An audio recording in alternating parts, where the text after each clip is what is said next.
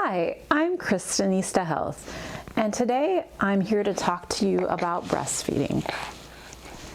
So I'm a part of a number of forums for breastfeeding, and what I see commonly are women freaking out that, oh no, my milk supply is not sufficient. What do I do? And I guess I wanted to talk about my experiences in case they might be helpful to other people. So I think one thing that's important is good nutrition.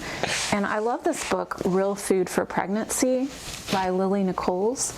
And she also has a website that talks about postpartum recipes. But in general, it's kind of the same principles that she has for pregnancy as far as nutrition.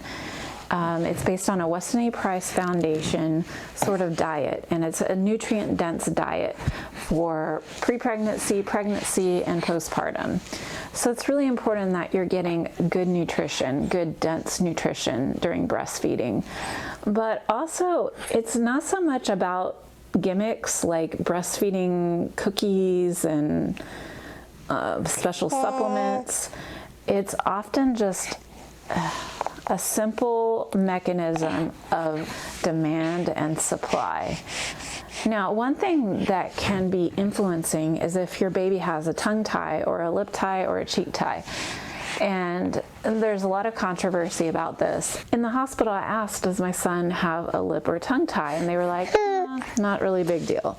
But then I asked my lactation consultant, and she said, yeah, I think he does. You might want to go see this dentist. So I went and saw the dentist. He said, yes, I think that he has a lip and tongue tie, and you probably should get them revised. So we did go ahead and revise them. At first, I was a little worried because he wasn't feeding very much, and I was like, oh gosh, he must be in pain because of the procedure or something. So I was a little worried. But we had done weighted feeds before and after, and he was taking in way more milk after the procedure. So that made me feel better about getting the procedure done. But also he would just cluster feed. I mean, he would just feed and feed and feed. And I didn't know if that was normal. I'd taken one breastfeeding course that said that it wasn't very normal. So I guess I was encouraged to feed on demand. Unfortunately, baby needed a little break from filming. Part of the mechanism of cluster feeding is to bring in your milk. So I took a breastfeeding course, and they were saying, oh, he should only feed every 3 hours, every 2 to 3 hours. And then he should feed on one breast and then stop, and then feed on the second breast. And I'm sorry, but real life doesn't work like that. I mean, he'd maybe feed on one breast for 45 minutes and then not feed on the other breast, and then he'd feed like every hour. And the forum that went along with that breastfeeding course, and they were like, oh, that's not normal and you need to stop it. And it's like, I think that nature has a certain way of working with the situation, and my lactation consultant said just feed on demand.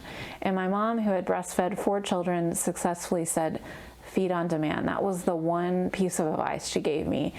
And I think that it helped to bring in my milk, him feeding so frequently, especially with the tongue and lip tie before we got that corrected. And then even afterwards, you still have to learn how to use your tongue properly after the ties are released. So it was part of the process of bringing in my milk.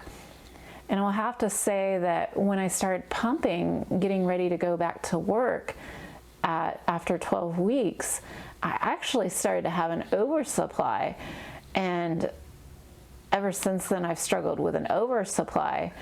So I know that it's not about certain supplements. I mean, I do, like sometimes I will have hop tea, which hops is supposed to help bring in more milk. And then also sometimes I will eat oatmeal, which is also supposed to help bring in more milk. But honestly, and then a lot of people say you should have coconut water or a lot of hydration. I try to throw in a coconut water, but I'm not really good about hydration. So I honestly break a lot of the rules, and I don't follow a lot of the rules, and yet still have too much milk. And so I think it's a lot more about demand and supply than it is about particular things that you're consuming. Although I do believe a basis of good nutrition is important, because how can you feed a baby when you yourself are not being fed properly?